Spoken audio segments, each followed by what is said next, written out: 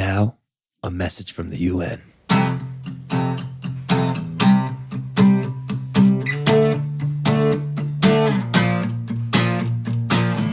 The white line was so thin, I'm sinking in. This blow wasn't real, now that I can feel. Gave me the wrong kind, yeah, I sure fucking mind. That wasn't cool, as I sit here and drool. Look just the same, they're not the same. Come in small plastic bags, this work looks like a hang. One gets you up, but now I'm just stuck. This isn't fun, it just fucking sucks. Don't let the woods get you high, it's probably ketamine.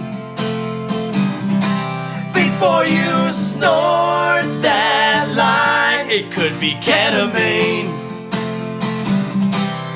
I can feel my legs, ketamine. I'm on the floor, super high, fuck ketamine.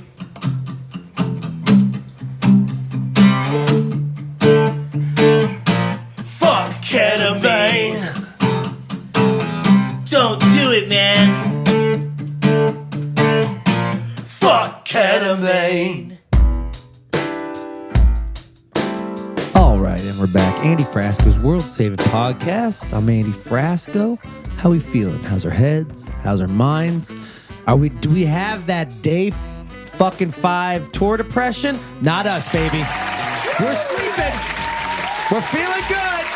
We're feeling good. Look at everyone's bouncing off the walls and shit. Andee Avila, Andee Avila's gonna be my co-host. I'm in. We got I set up Shawn the camera. Eckels. He said, "Yeah, our DP, I set up the camera. our photographer. Sean brought in the magnet. Sean brought in the magnet. We got video. We got video. Floyd, you could be in this too. Floyd, you got to come over here, Floyd. Come on, Floyd, You're out of the shot. He's on. This is the problem I have with you. Over Floyd. here, Floyd. You're out of the shot. Get closer to Just Andy. get close to me. This is the problem I have with you. We're supposed to get ready for a show. We're all supposed to be in the moment, and you're out here doing fucking some indie hipster bullshit on the computer. That's what you think of it? His art? What are you working on? Interesting. What are you working on? Every day you're on that fucking computer. I'm working on some of my own projects. Oh, okay. Oh, you're going With solo. other people. Oh, you're going solo. Yes. Okay. Yeah, I'm Okay, going cool. solo. I have a solo So how you record doing, coming Sean? up. You all great, good? man. Cool. Yeah, it doesn't matter. You're not on the Really shot enjoying anyways, the tour Floyd. so far. You know? You having fun? I'm having a I great knew time. I knew that would bug the shit out of you. Is it nice? It's nice to have Floyd back, right? Yeah, we love this guy. I mean, who else are we We going to do pick love on? you. Floyd. Yeah. Who else We'll is get some gonna be hangs your in whipping between post? Stooge sessions, you know? We get a couple hangs in. You know, sometimes they'll say hello to us when the student is Yeah. Electric Lady Boy's not. Google When it- called. yeah, We when had it to, you know, ran it's out of like we had to power. hang out with each other. So how we feeling? The band feeling good? Y'all get some sleep? Yeah, 2 days. I feel like we're normally more haggard after a week of tour. I think we're like maturing. We just had 2 days off. Yeah. Never mind all that. You know, we Come just sit over here because you're out of the shot. For reals. It's okay. Just get over Okay, here. just sit. Go behind. Yeah, sit on Andy's lap. I think we have been doing okay though. No, we've been doing good. we haven't really been partying too hard. But we can't. We have to wake up at 8 We don't a.m. party. You know, we're not partying out here. But also, it's the first time we played 3 shows in a row and then had 2 days off. Yeah. No, it was 4, but yeah. We Was played- it 3? only Oh, three. we canceled Only one. 3. We canceled one. So it feels good. This Yes. is going to be 5 in a row, and by Sunday we're going to feel like shells of men. Yeah. Well, it happens to the best of us. But I think we're going to feel great. It's very optimistic. Hey, the new album's called Optimistic. Optimist. That's very optimistic. That's the whole tour is optimistic. I don't know what's in the air, but people are really the energy is really high for this tour. All the fans are going crazy. The fans are going crazy. They We like have the new cool song. opening up with us, and they're homies. The first night was great. The energy was cracking. That was a great show. It was a great way to start the tour. It kind of reminds us of the European years when we had like 100,000 bandmates with like Yelmer. And Yeah, because and then it's cool when the green rooms are kind of close to each other because we're walking by, we're messing with each other. yeah, We're saying hi. We're not like on different levels. we haven't really hazed them that much. Well, you know. Haze them? We should haze them. What, like put their head in the toilet? Yeah. No, Hey, welcome to tour, motherfuckers. I don't-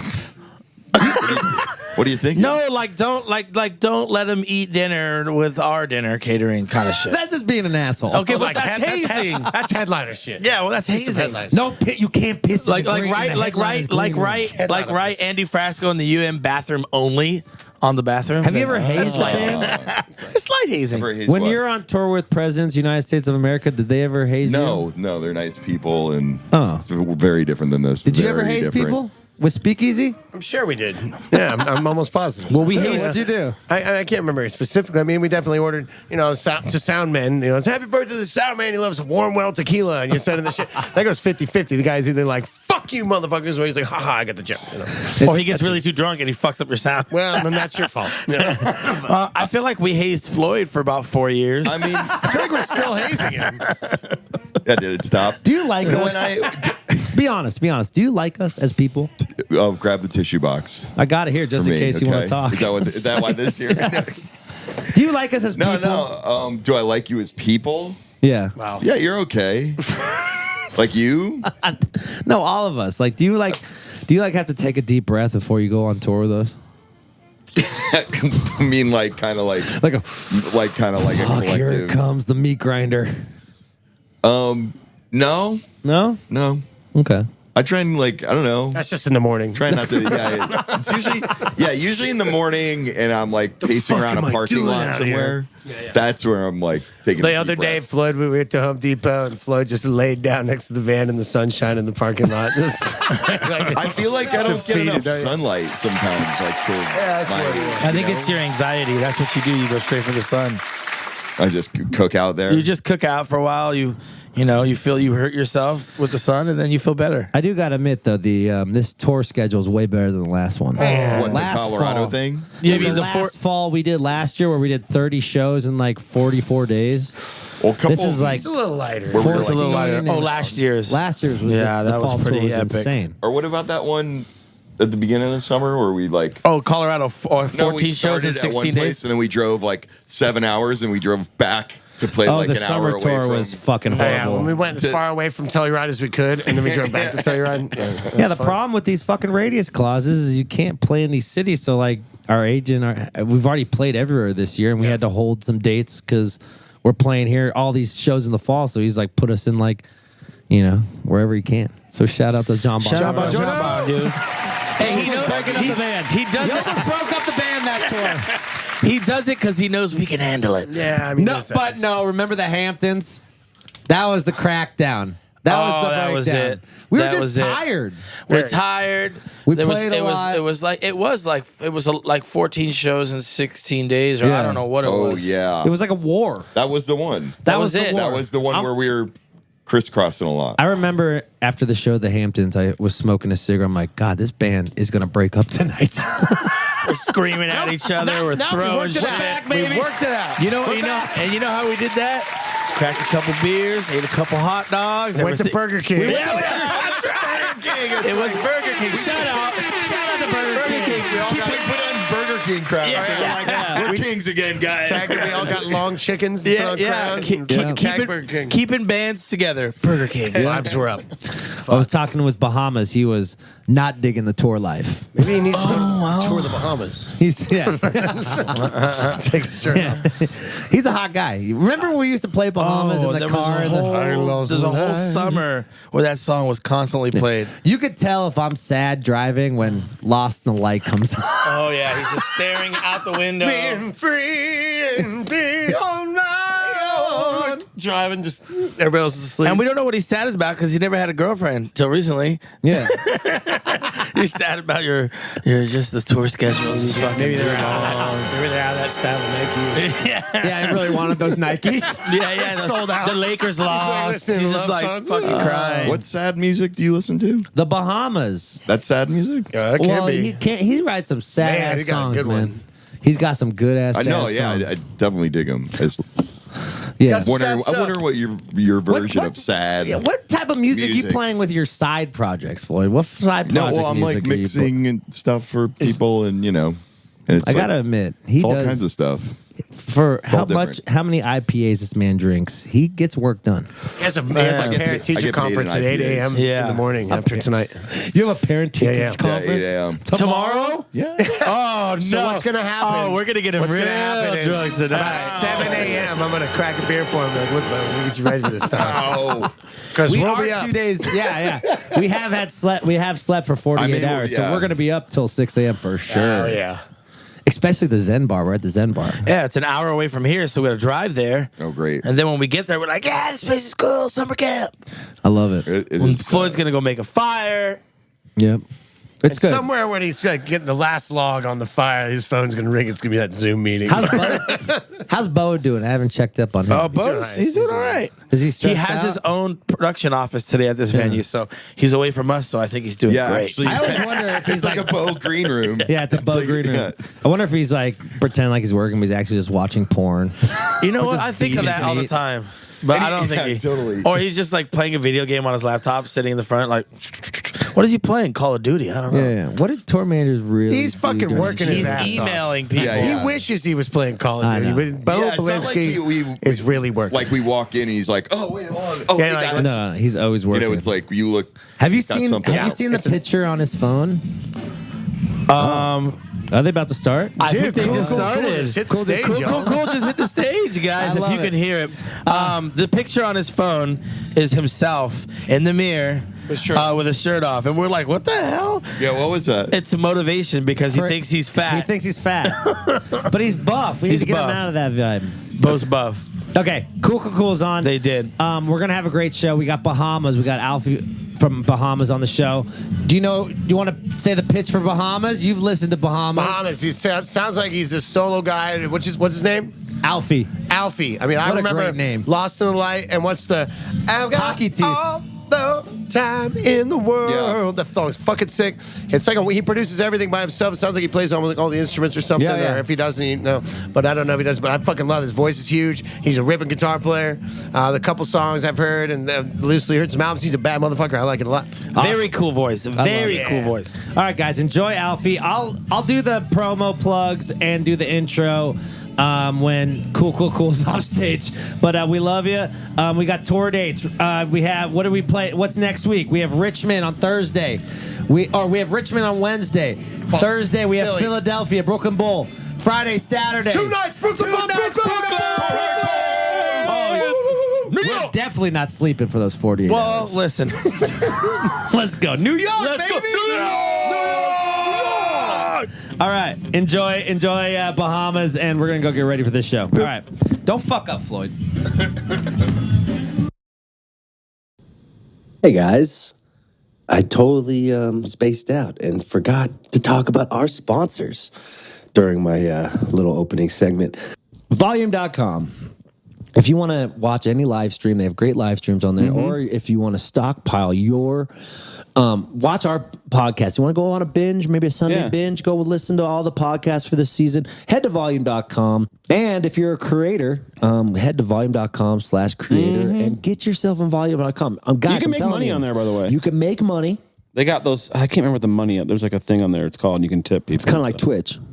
It's like everything. TikTok has Make that. the money. Get your money. It's good to have your content not just on YouTube or Facebook or Instagram. It's good to have all your content and on all these platforms. Like, it just fucking helps. There's fan bases for every platform. You might as well grow your fan base. So head to volume.com. And they don't make you pay to be on it like Twitter. Yeah. Yeah, they ain't doing that hoe shit. I mean, that hasn't happened yet, but that's funny. Paying just to read other people's shit? No. Yeah, no, silly. I'm not paying to listen to Matt Walsh. Dialed in gummies. Yes, the best. I can't wait to go back to Denver and finally get them into my body again. If you are in the Colorado area, grab some dialed in gummies. They're the best. Nick says this big word about them. Homogenize? Yes, they homogenize. And they are rosin gummies. Homogenized means that every little bite has the perfect amount of THC in them. So you're not going to be worried. If you take a half a gummy, you're exactly getting half the dosage. It's perfect world. And they taste great. And the people who run that place, Keith and the crew, they're just the best. Okay, guys, we have a great show. We got to get out of here because... Oh, shit, that went fast. Yeah. What's up, Alfie? How you doing, bud? Very good, very good. How are you? I'm good, man. I'm good. Where you at? Nova Scotia? Nova Scotia, you ever been out here? Is that like far east, like kind of near Fredericton? It's even further than Fredericton. It's sort of the easternmost province of mainland Canada. Basically, if you went to Maine and you kept going, you'd go through New Brunswick, you'd go through Fredericton, and to get to Nova Scotia, you have to go through this little narrow channel of land. But it's basically like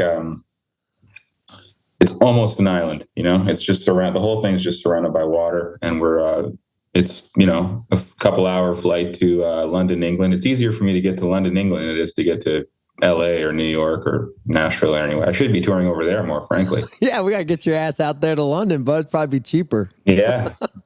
Yeah, exactly, man. What do you like about isolation? Yeah, well, I'm not a terribly social person at the best of times. I think a lot of musicians are probably like that, right? There's that whole introverted, extroverted thing. And I like performing and I like playing shows and I like being with other musicians, but I'm not huge on the crowds or the big cities and stuff. So we moved out here a few years ago just for a different lifestyle for my family life. There was no professional reason to move out here. That's for sure. But there are great musicians out here. That being said, there's just people doing all kinds of really cool things. I'm just not terribly connected to it. I don't have my ear to the ground and yeah. So when I'm here, it's not really music focused. It's usually just about being outside, being with my children. And, this weekend we're surfing and we're out on the beach every day and just kind of, just trying to, I like to get into their world more than I spend enough time in my own world. Yeah. Do you need that balance in your life to feel secure and have a full plate of happiness?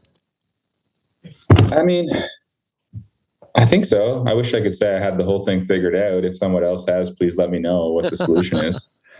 But I think never any regrets. Like the times when I can go into, make myself available for them, whether it's just playing in the surf or playing with Barbies or, just entering their world. That's much, no regrets. Right. The things always get challenging when I'm like, you need to come and do the thing that I want to do.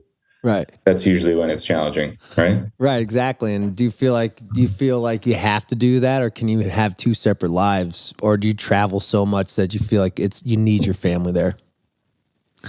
I'm sort of spoiled. I get to do a bit of both. I mean, my family has come with me a fair bit on tour, and they are dangerously comfortable in my world. They love the Doritos and they love, the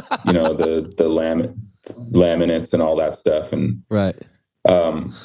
So you have to balance that, right? It's like, you got to go to some shows and not always be backstage. And that can be a hard lesson to learn as a child, but it's a worthy one. It's my job as a parent to kind of put them through all that. I hear that. Do you like touring, or does it are you kind of burnt out from it? If I'm being honest, I'm totally burnt out right now. Yeah, you could be on. I'm in a band too, man. I've been doing this 20 years as well. So yeah. I'm pretty cooked right now. We had a busy summer, and I just have other things going on in my life that are taxing. And so, right now I'm pretty cooked. I mean, I love the performing. I love the playing, but that's the smallest part. As you know, it's the smallest part of the day, really. There's just so much build up to get to that thing. And then maybe you get to play for an hour or 2 hours or whatever. And I'm only grateful for that time I get to spend on stage and with musicians. And so I've tried to, in the last 6-7 years, it's kind of become a non-negotiable for me to like have a additional backline wherever we go. Even if it's a fly date, we just rent extra gear that lives in the dressing room. Mm-hmm. Just so we can make more of the day about music. And my band and everybody's just kind of floating in and out of the dressing room. And we do have like scheduled time that's like rehearsal, but I just kind of love the camaraderie and the vibe of like the locker room. Hang is I'll jump behind the drums and play a little bit, and we'll just kind of like hang out and rib each other and just the joking around and the camaraderie kind of means as much to me as the show does at this point, you know, just to hang out with, like, the social aspect of it is big for me too. Yeah, I agree, man. I mean, like that's the hardest part of the gig is doing the 8-hour drives, sitting around and waiting for this 1.5 hour fucking show. It's like you feel like you're wasting your life away in a sense, you know? So it's like, yeah, well, I kind of understand why Bruce Springsteen plays for like 7.5 hours or whatever he does. It's like, yeah, I feel that, dude. It's like everyone's like, isn't it amazing? Isn't it amazing that he plays? It's like, well, yeah, but he doesn't do anything else, and playing is kind of the funnest part. You know what I mean? Right. I mean, not to take anything away from his performances. It's like, sure, it's impressive or whatever, but it's like music is the thing that actually makes you energized. Like, it's not like I come off stage and go right to bed. Like I'm amped up, even though my music is kind of boring and chill or whatever. It's like when I come off stage, I'm like pretty amped. And usually that, you know, so your whole schedule kind of shifts to accommodate that time on stage and how that kind of influences your energy and everything throughout the day. So yeah, I don't know. I think if I was in a position to have everything catered to, like, I would just play more music. And in fact, like I said earlier, I'm trying to gear more of my touring life to be just about music, whether it's on stage or backstage or off stage or whatever, you know? Yeah. And like, you know, you get the dopamine rush after you play a gig. Let's get that fucking dopamine rush at 2 p.m. Let's start playing matinee shows, bud.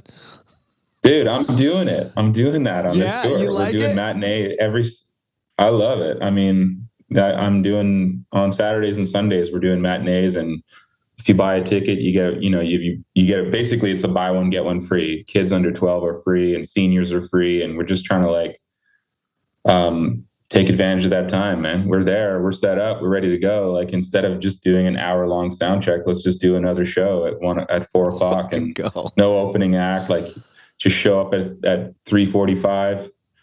You know, show starts at 4, it's over by 5, you're like home for dinner. It's like my dream show, you know? Yeah, same, dude. I love that show. I'm a day person. That's like, I can't fuck with the night, staying up all night, you know? Do you ever get into like, were you ever a guy who was like, got into like drug abuse or anything? Did too much blow or drank too much? Or were you that type of dude? Or definitely drank too much. Definitely. Yeah. You definitely drank too much, but I wasn't like, I didn't discriminate between night and day. I would drink during the day and stuff. That's all good. Yeah.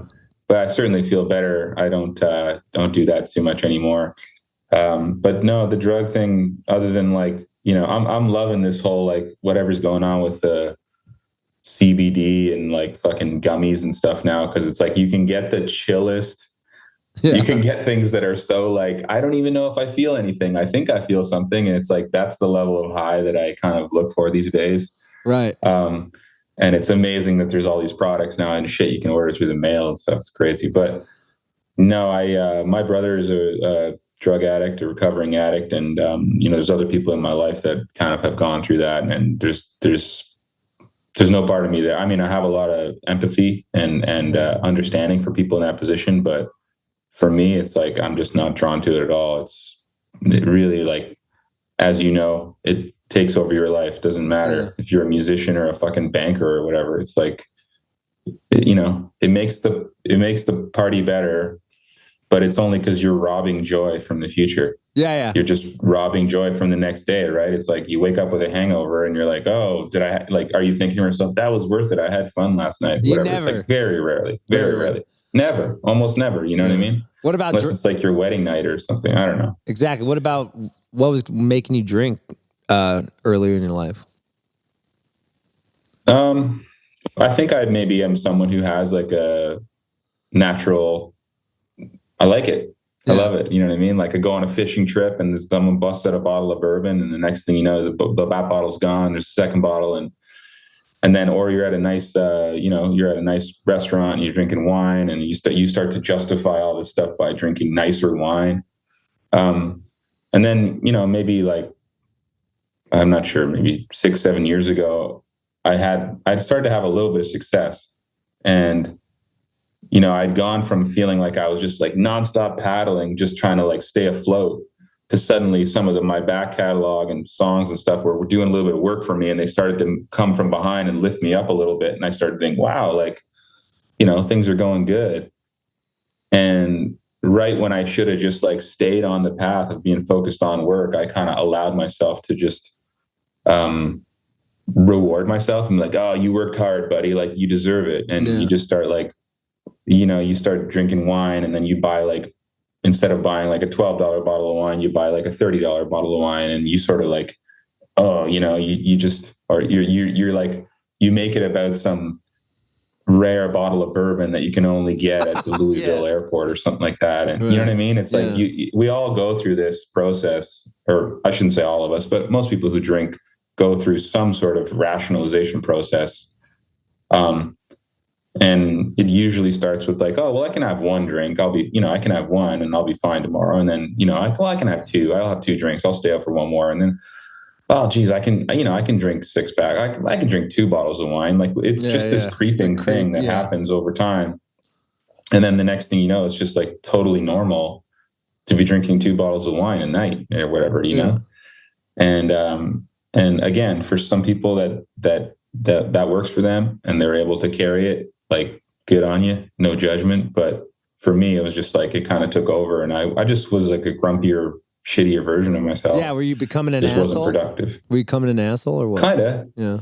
Kinda, and to the people that I care about the most. You know what I mean? You don't want to wake up like not there for your family and stuff, and for the people that kind of depend on you in that way. So, thankfully, it never went too far, but it certainly went far enough for me to realize that it just wasn't working for me in that level, And my wife is like, she doesn't take bullshit like that. She'd call me out on it. So why do we do that to ourselves? Why do we trash the relationships that we love the most, and then we just have these like fake happiness for all this like fake monumental moments with these relationships that don't really matter, but we'll like definitely try to self-sabotage the relationships that mean so much to us, Well, geez, I think there's so many questions within that, there's like the eternal question about being a human being, and what does it mean to be here and alive, and all that cliche stuff that's all relevant. And then there's what it means to you versus what it means to me versus what it means to someone else. But I think that I think most of us have been in a situation where you find yourself kind of opening up to a complete stranger, whether it's a taxi driver or someone you're meeting. Why are you doing that? Well, because there's nothing there. You're not emotionally responsible to this person at all. And so you can kind of show this person all the darkest parts of yourself, the gnarliest things that you think. You can kind of bear that, and you can pay someone, you can go to a therapist and do that, or you can just like do it in a bar next to a stranger, or do it in a taxi cab or whatever, or do it in your songs. Or do it in your songs. I certainly do. Yeah. I certainly do. I mean, the songs have been always a vehicle for that for me, So I'm grateful to have that as an outlet, and as a way of kind of explaining the world and explaining my thought process and all that stuff. It's huge, it's huge. And I think most art is like that. You're trying to express some idea, as corny as that sounds. It's like, you're trying to make sense of something. Right. And that's what other people are relating to, right? That's why we all have those songs. And I don't know what it is for you, but it's just like, sometimes I'll hear a song and I'll think, how the hell is this person singing about me? About my life, about the exact feeling that I'm having, or the situation that you know what I mean? Like, how is that possible? Well, it's because of that human connection. And, ironically, like, the more detailed and personal I can be about my life, that's the thing that ends up kind of connecting with someone else, because they're going through that same thing, Yeah. You realize that the human experience is not that unique. Everyone goes through the same experience if we just be honest and vulnerable with our feelings. Mm-hmm, mm-hmm. Which is difficult to do. I mean, we're all performing, right? On and on, it's like... Exactly. That's why people don't want to hear about the burnout. I would love...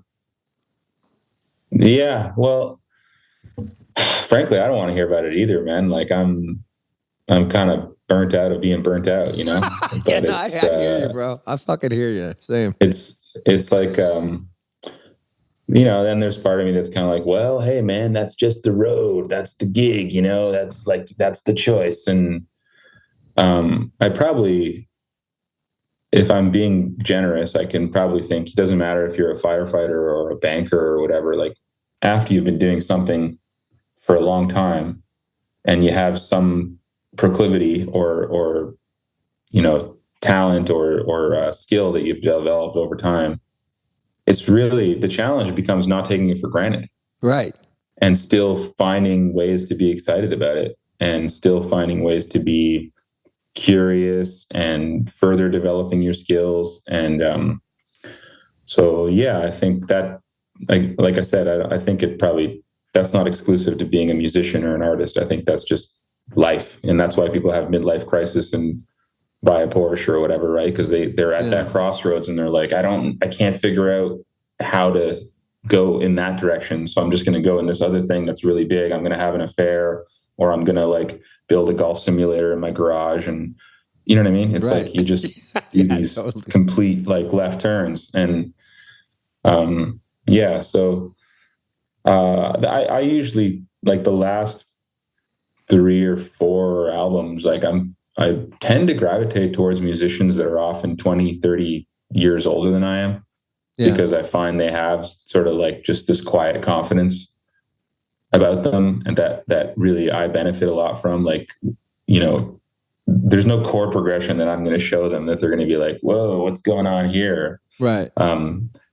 It's like they're just relaxed. Their shoulders are kind of down and they're like, look you in the eyes and they, you know, shake your hand and just like, all right, let's get some work done, you know, like everyone's psyched to be in the room. And that has a real calming effect, I feel like, on the whole session. And I certainly benefit from that as a singer and as a performer, just to be around people who have that quality, you know?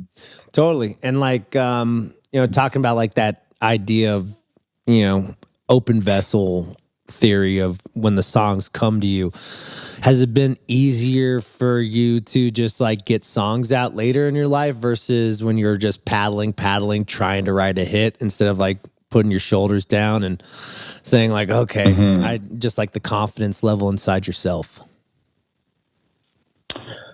I think I just don't worry about it as much anymore. I trust the process and I enjoy the process. It's like a puzzle, right? It's like when you get that kernel of a lyric or something, or a riff or some melody, and you can tell that there's something there and it's not quite clear. Is it a whole song? Is it just a verse? Is it an idea that you should maybe take that lyrical idea and find a different melody or a better melody for it? It's like the puzzle, solving that puzzle is really so fun. And it's kind of the most selfish part of what I do, and probably what most songwriters do, right? It's like there's no one else here. It's just me and this idea. And it's like, I still love that process. And so more and more, it's just about making time and being available to sort of pursue that idea when it comes, right? Because you can't, that's the thing, is like, you're not really in charge of when the idea comes. Right. I love the idea of being Paul Simon and like going to the Brill building at 10 a.m. and like, you know, working on tunes. Or I've heard Jerry Seinfeld does that, right? He sits down at the desk and he works from 10 to 11, whether he gets anything done or not, he works, you know, and a lot of people that use that method. And for me, it's much more just like when I'm out doing something, that's when I'm not thinking about it, that's generally when the idea comes, right? When you're sitting in a room full of crowded people and some idea just comes to you, or you overhear someone say something and that inspires, you know, or you're out for a walk. Definitely movement. I mean, movement is huge for me in terms of inspiring creativity. And there's a reason why those Greek guys were walking around in their togas. They invented math and they invented music and shit. You know, it's like walking and movement really kind of like stimulates something in the brain, definitely for me, and I think for a lot of people. So I think just staying in pursuit of that thing is the goal. And with music, it's kind of wonderful because like I play guitar and, you know, there's no bottom to the well. There's no like, all right, we're done. We know everything there is to know, right? It's like, it's that such a satisfying endeavor because it's like, well, there's only 12 notes and there's always new ways to play them and put them together. And if you're sick of rock music, you can play country music. And if you're sick of country music, you can play bluegrass music. And you know what I mean? It's like, there's just so much there. It's like,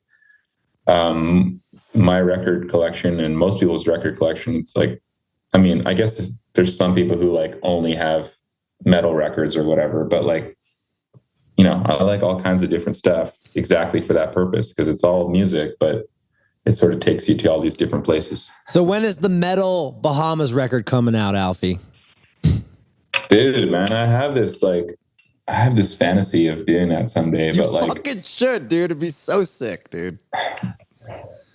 What's stopping you? I just like, if I'm being totally honest, man, I have like my hearing is like, I'm like Batman. Like I could hear your pants rustling right now on the Zoom call. So wild. Like between your thighs, the fabric. So volume for me is like such a weird thing, and which tends to be why my records are chill and why my live show is kind of on the quieter side of things. It's like, that's just the dynamic range that I live in.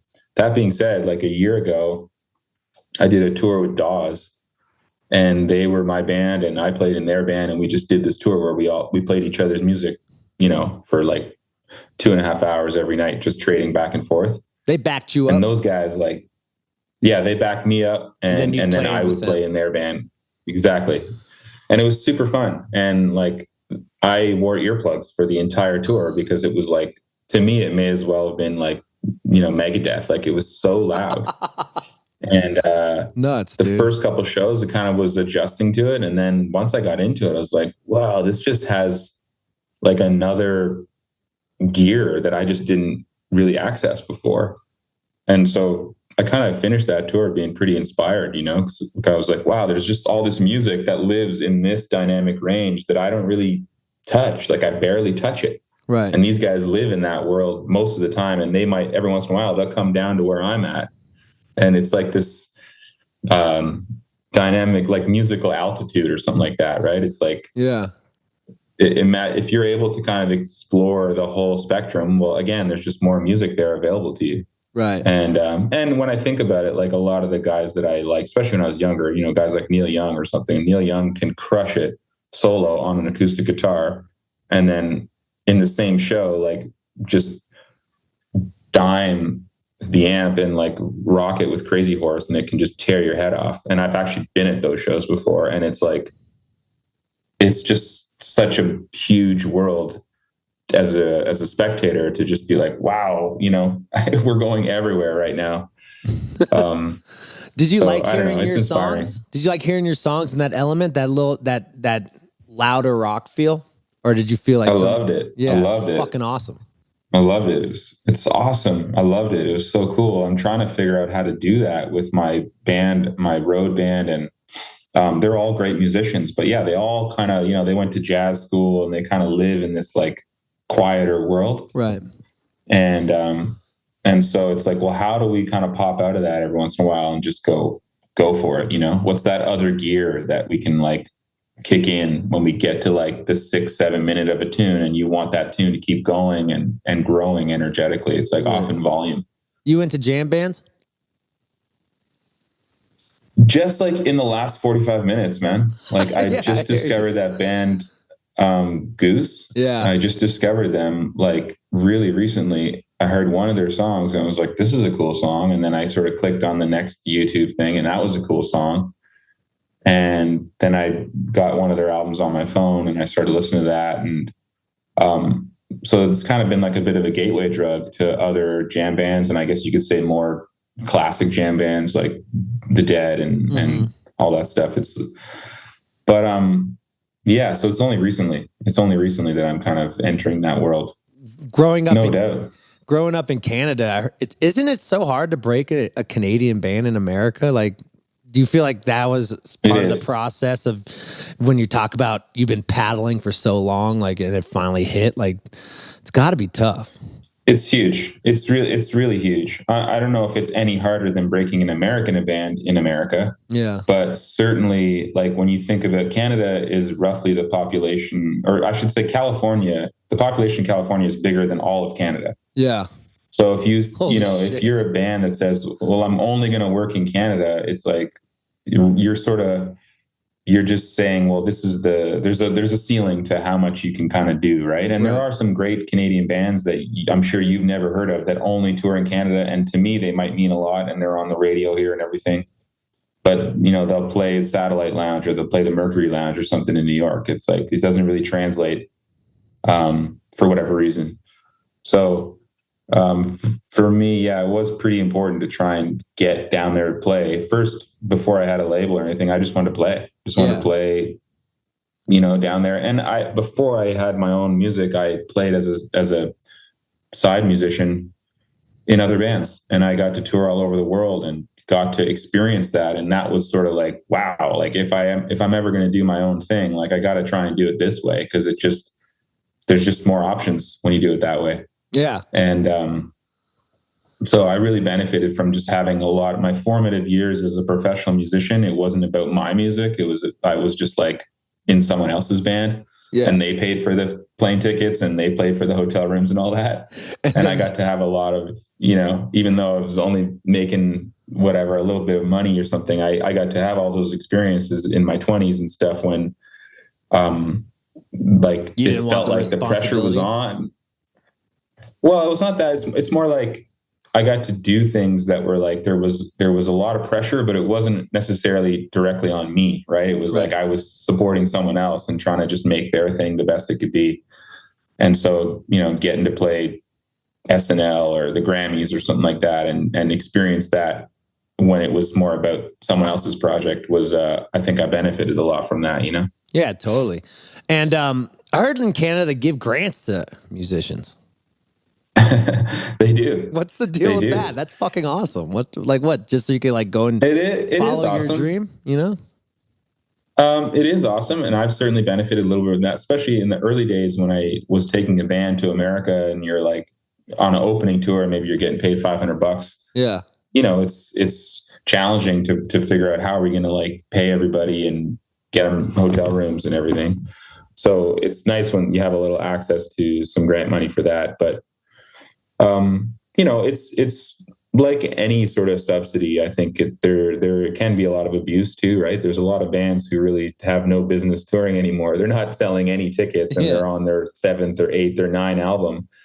And they're like going on tour essentially just to collect the subsidy, right? Right, exactly. And so, yeah, so it's sort of, I think Canadians for the most part, you just accept that there's going to be some of this type of abuse within the system, but ultimately it's for a greater good. You know, we're trying to just help people kind of make art and make, you know, give them a leg up, I think is the idea. But I think that exists in America. It's just more in private. It's not, you know, government grants. It's just like, there's arts endowments and there's like private things that, you know, I've certainly heard of people kind of applying for recording grants and things like that too. Yeah. But in Canada, it's mostly like, in fact, the weirder your music, the more likely you're going to get a grant, you know? Hell yeah. If you're like, Socialism, baby. I want to do a road trip through the Rocky Mountains and I want to like write songs about the geological formations and there's not going to be any lyrics and it's going to, you know, we're going to use all these instruments that like don't exist anymore or whatever. It's like, those are the types of things that tend to get funding in a weird way, you know? Yeah. And ironically, like, you know, the guys like the Drake and the Weeknd and they don't need, they don't need our help. You know what I mean? Like Canada has long produced artists of very high caliber that we're overrepresented in Hollywood, as you know, and in music. Like Canada has always, whether it's Feist or Neil Young or Joni Mitchell or like, it's just, we've always kind of been cranking artists out, you know? Totally. So I don't know that it's necessary in some ways, like, but the Canadian music business itself definitely wouldn't exist without subsidies. Yeah, and like they're not worried about like draw. They're like that geological Colorado band probably got like a two pre-sales or something, and they're just rolling through. Yeah. They're like, we're not worried about that. We just want your music out. That's why did music change like that? Because that was the beginning. That's what music was about, being creative, not trying to chase the rabbit's tail. I feel like nowadays the music industry is just like everyone's just trying to step on each other's toes and do the same fucking thing, or at least that's what's getting the money. You know, one band gets famous and then the label signs 5 bands that sound like that. It's like, do you ever get caught in that trap of trying to sound like someone, or are you always Alfie? I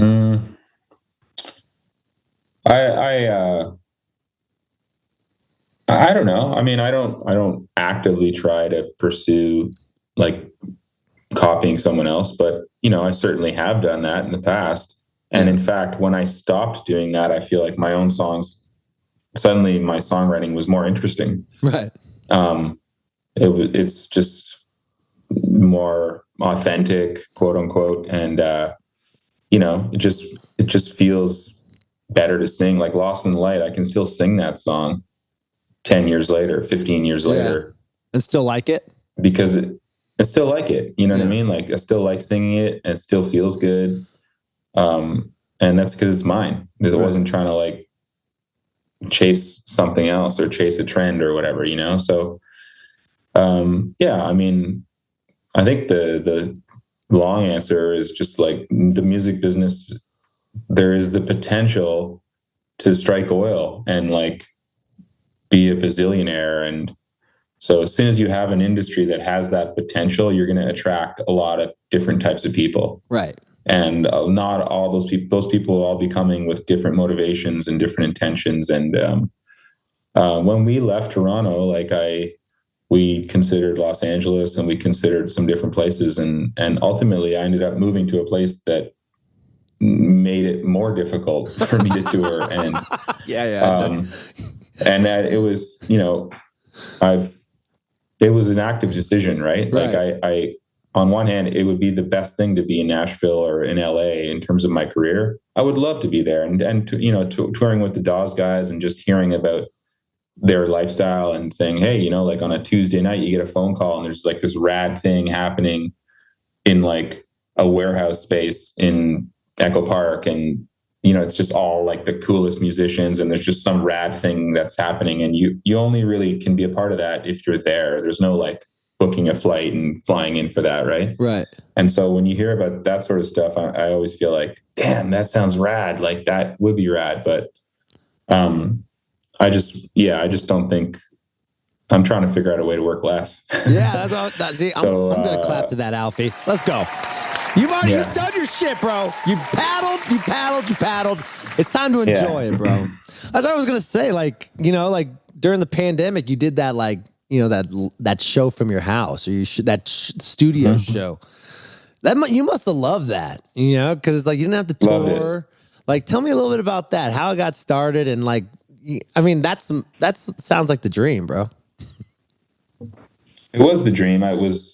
It was like the opposite of money making. It just like hemorrhaged money for 2 years, but I bet it was fun. I just like I've never been like super up on the social media game. And my manager would, they've been bugging me for years, like, hey, we should post more on Instagram or do this or do that. And I just never do anything. Like my Instagram was just like boring for so long. It was like, this is the show, this is the date, this is the venue, this is the time. You know what I mean? Like it was just like the most pedantic thing.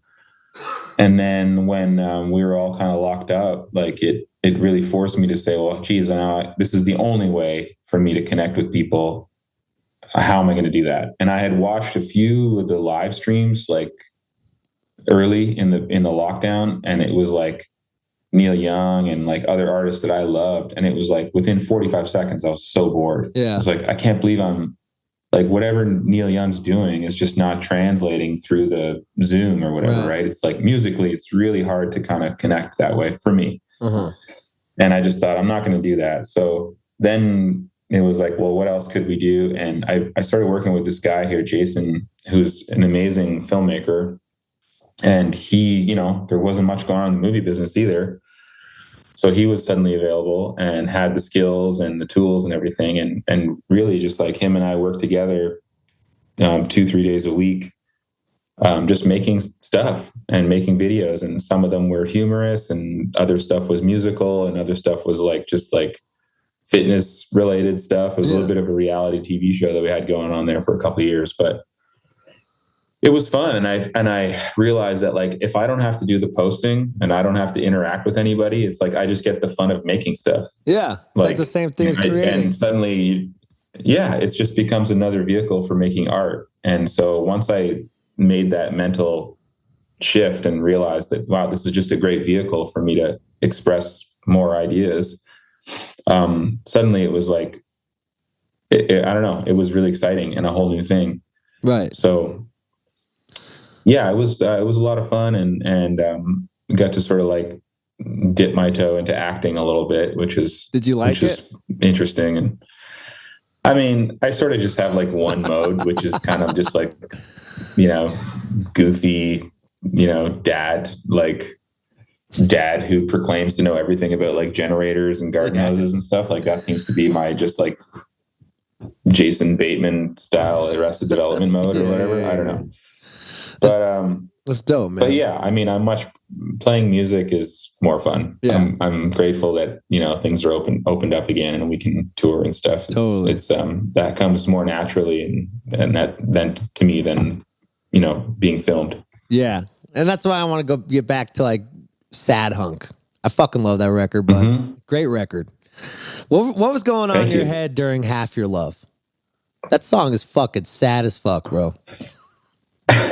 It's fucking good. Actually, that's like one of the, yeah, well, thank you. It's one of the only tunes I co-wrote with, I went to Nashville to like write for other artists and I just bombed. I just like totally blew it. I mean, I was in like writers' rooms. Did you like those writers' rooms? I do those a lot. Sometimes it's hit or miss, you know? Did you? Yeah. I feel like I would be better at it now. I feel like that first weekend, I was like a long weekend and we did like a, you know, 2 or 3 sessions a day. And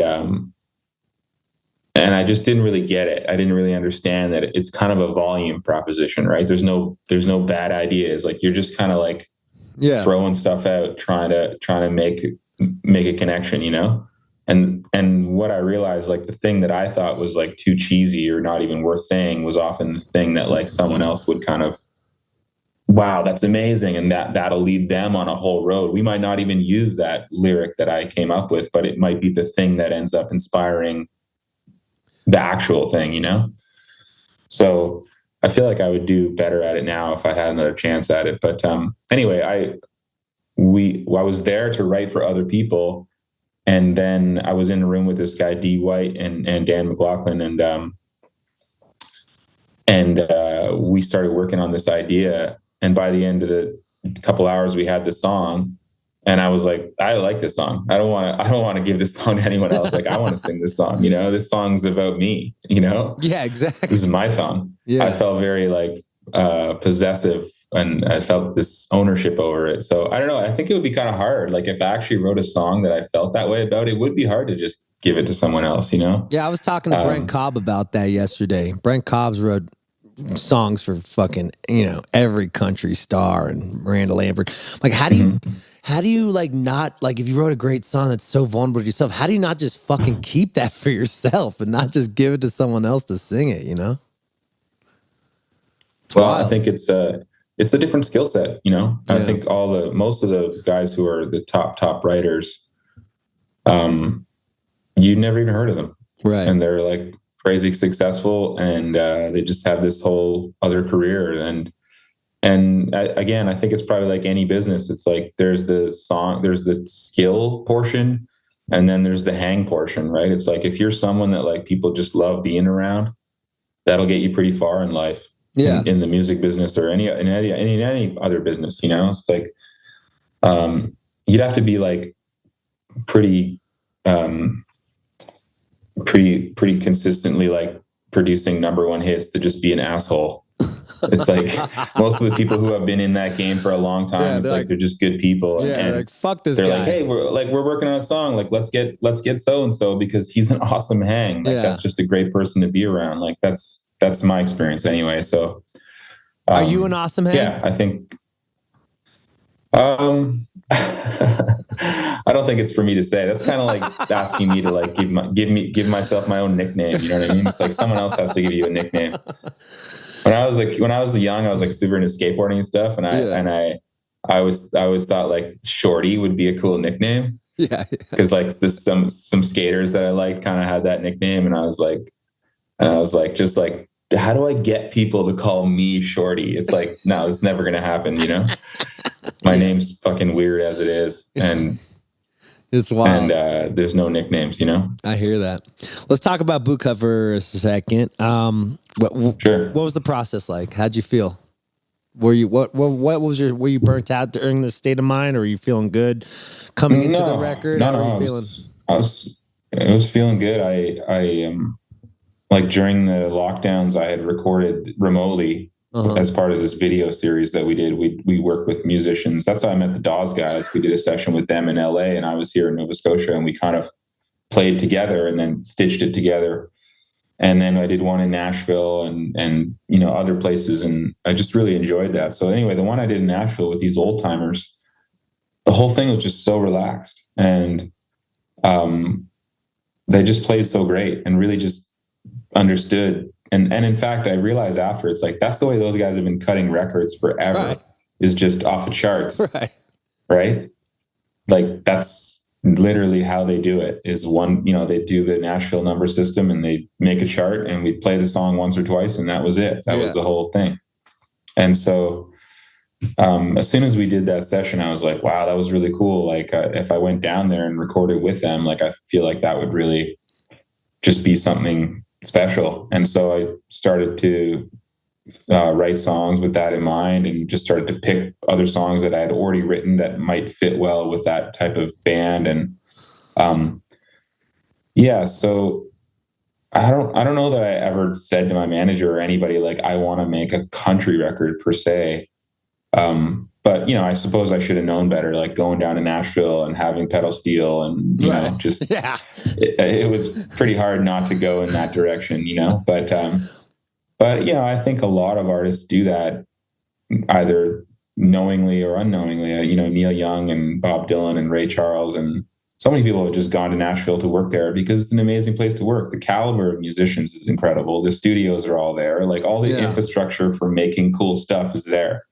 And obviously LA has that too, right? It's like, and I've made records in LA with great musicians. It's, so it is, you know, it's awesome to go to a place like that and just really immerse yourself in that culture and that vibe. For me, it was like for 4 days. We recorded for 4 days. And how many songs? I think we did 18. We did 18 songs. Fuck up in 4 days? These guys are pros, dude. These guys are just like fucking machines over there, dude. It's crazy. It really is. They're really just so calibrated for that type of working, you know? What's the difference between what's the difference? Because you've done the big studios, you've done the Nashville stuff, then you've also done these cabin recordings. Which ones do you like better? I don't know if I could pick. Like, I have another record in the can that I made last winter. Just here, I have a cottage about an hour from here. It's on the ocean, and it's like just tucked away. It feels real remote, even though it's only an hour away. And I discovered there's a studio out there. This guy has this really tight little studio. It's like basically the size of a shed. He's got a drum kit. It's all mic'd up, and he's got a piano. It really sounds really nice. And, you know, so just the two of us in there, I'd go down there for a day or two and we'd work. And we just made this record, like layering it up, you know, as opposed to playing live off the floor kind of thing. Right. And that was really fun. And we'd get 1 or 2 songs a day, and kind of just like, he'd play drums and I'd play everything else, and we would kind of layer it up that way. And that was really fun.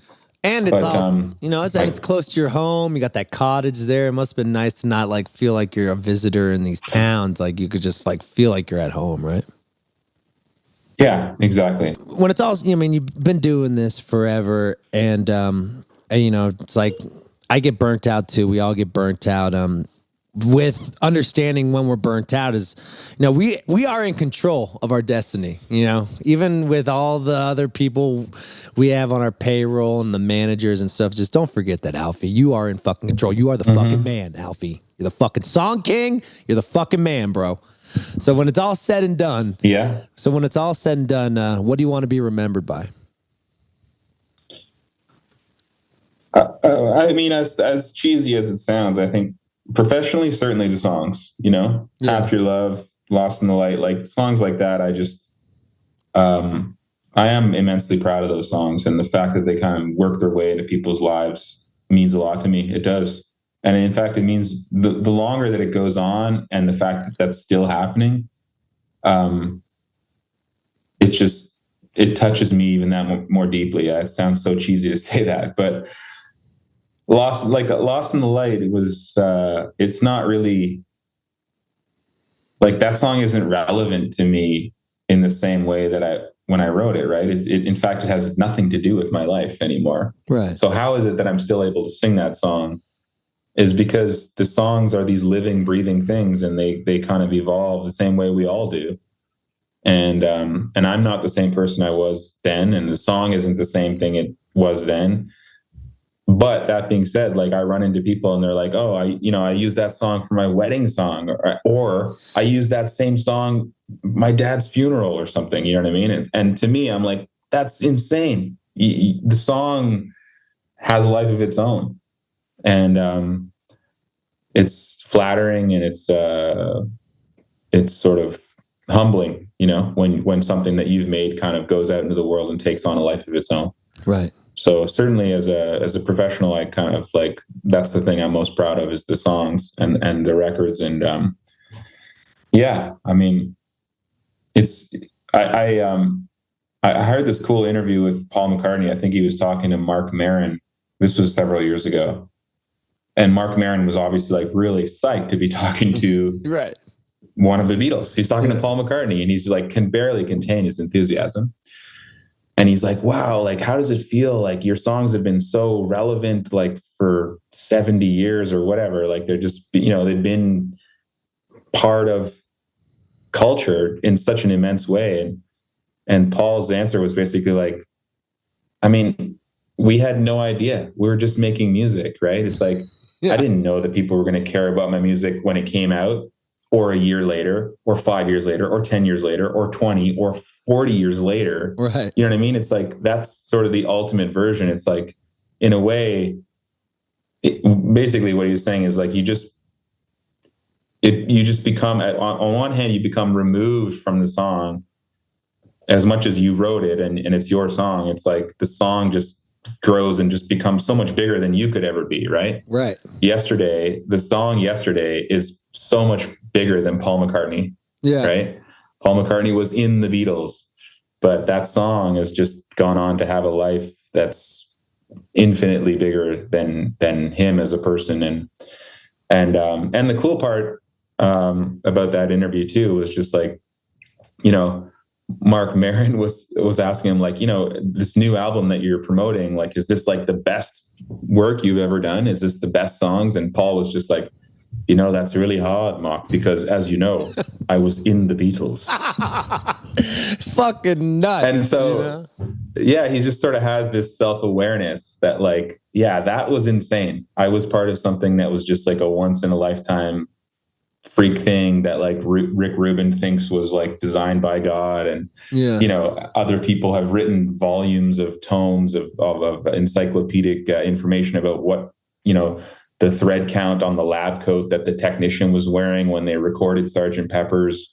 Holy shit. Like the amount of documentation about that group is just, it's incredible how much stuff there actually is, considering there was no iPhones or social media or whatever. It's like, there's more footage of those guys, It's kind of like the Bible. Be really any. It's kind of like the Bible or the Old Testament or New Testament, I mean, it is. It is. And in a lot of ways it is, So that's I think it's a good thing. But anyway, I do think the long answer is basically the songs. I hope the songs last. And then I have a whole world with my family and children and everything that has nothing to do with music. And I sort of have other more personal aspirations there, hoping that I nail it. Yeah, that's what I'm talking about, bro. I guess time will tell.